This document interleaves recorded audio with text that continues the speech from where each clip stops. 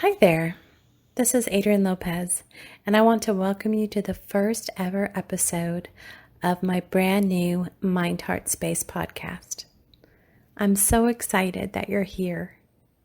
This is a podcast for those who are interested in exploring their own human nature, for those who ask questions about the nature of consciousness and the fundamental ground of being itself. In each episode, I will dive into what it means to be fully realized in our humanity, fully embodied in our mind and our heart. This podcast is actually a product of a project I've been working on for some time, turning my written blog into the spoken word in hopes of making it more available to more listeners. And I can't think of a better time to be rolling this out as we navigate the unprecedented pandemic waters that we currently find ourselves in, and the accompanying uncertainty and ambiguity that emerge as we travel through this transition together, both individually and globally. I created Mindheart-Space as a platform for sincere seekers, those looking to make sense of their life and the role that they are here to play on the planet at this particular time. The title of this first episode is The Biggest Breakthrough. So get comfortable and relax as I share with you my reflections on what I learned about myself and how I live my life.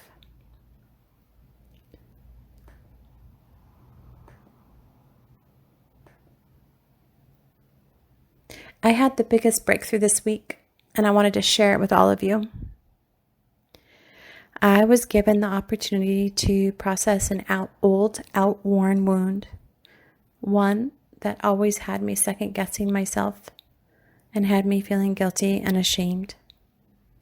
Most of my life, I was able to skim right over these uncomfortable emotions, unable or unwilling to distinguish them from the background of my being. These feelings have been so familiar. They had become an unquestionable part of my inner landscape. I had never thought to stop and really inspect their appearance in my life and the havoc that they had wreaked.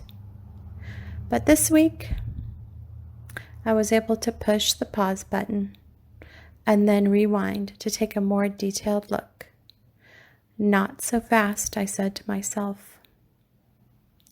This all emerged as I was working on developing what I call the abundance game, which I had shared earlier on my Facebook page and my Mindheart-Space website. These emotions are like gossamer threads, just under the surface of my awareness as I go throughout my day attending to the different activities that I have organized for myself. But nonetheless, these patterns, although somewhat hidden from my conscious view, keep me constantly disconnected from myself and always pushing away my power. They had me stop myself from fully embracing my creativity, my self-expression, and many things that bring me joy because of a fear of being judged. And as I rolled out my new abundance game, they reared their head. You see, I'm what they call a highly sensitive, intuitive person, an empath, if you will, or any other term used to categorize people who see and hear things that many other people don't pick up or just don't seem to be bothered with. In short, I'm really good at understanding other people's emotions, sometimes at the exclusion of my own. But on this day, something was different. So I decided to hold a meeting with all the parts of myself, which could sound quite strange in itself to many people. But as I continue to do my work of self-healing and self-realization, I've found it a necessary part of my process, because you see, I already know all of this. This is the type of work that I've done with many of my hypnotherapy clients. But it's not enough just to know it. It must be actively applied. Hypnosis, as well as self-hypnosis, is a great tool to bypass the conscious mind or ego consciousness so that we can access the wisdom of the subconscious mind where all of our memories, beliefs, and stories about ourselves are held. In this way, hypnotherapy is a form of alchemy because it allows us to transform the lead of unprocessed emotion or material, life energy, that has been locked in the basement of our subconscious. And it brings it up to the ground floor into the light of our conscious mind, where it can be transformed into the gold of self-realization. I know, amazing, right? Many people unknowingly suffer from repetitive patterns, illogical fears, and creative blocks, which stop them from living their best life. It's simply a matter of doing the work. It helps to have a guide until you can build a strong connection to your inner world. Heck, even after all the work that I've done, I sometimes forget. In the world of hypnotherapy, this kind of work is called subpersonality work, based on the idea that although each person is a whole self, we all have various aspects that can produce a sense of inner conflict or disharmony for us. This approach or technique can help people integrate any conflicting parts of themselves into a harmonious, cooperative whole, so that we can move forward in alignment with our goals and our objectives in life. Often there are parts of our personality that have not fully developed due to what's termed disassociation, a symptom caused by unprocessed emotional pain or trauma. And the more people I work with, the more that I believe we all have it. It's part of being a human. Now, back to my meeting. I let them all know things were about to get real. I started speaking directly to my higher self, stating, I'm ready to fully embody my power. No reply, so I said it again, just in case you didn't hear me. I'm ready to fully embody my power. I'd finally gotten her attention, and she looked at me kind of cockeyed and asked, Really? Are you sure? Because you're looking kind of scared.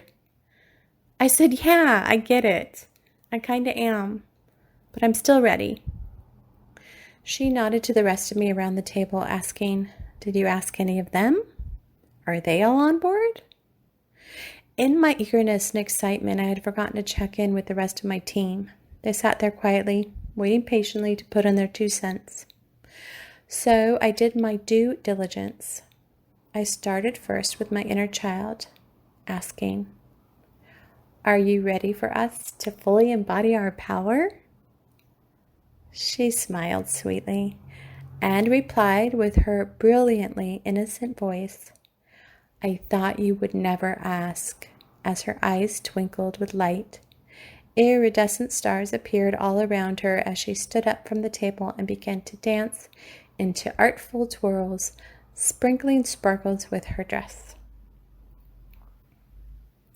Smiling, I turned to my ego and asked him the same question. Taken aback to find him dressed like one of the Blues Brothers in all black, he sat smoking a cigarette.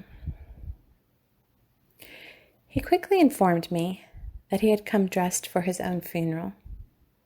He chuckled, letting me know that he was only half joking. But I understood exactly what he meant. He smiled and said, Hell yes, I'm ready.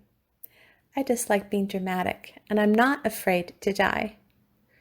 I reassured him that he would not actually be dying exactly, but would be given a new role in the corporation. He nodded with a knowing but solemn smile. It was time. I said, look, I know there are going to be some different things going on here, but we will all still be together to work out this new arrangement. Let's start by considering some possibilities for our new venture, why don't we? I had soon written a whole page of questions to get us started. And here are some of the questions I listed.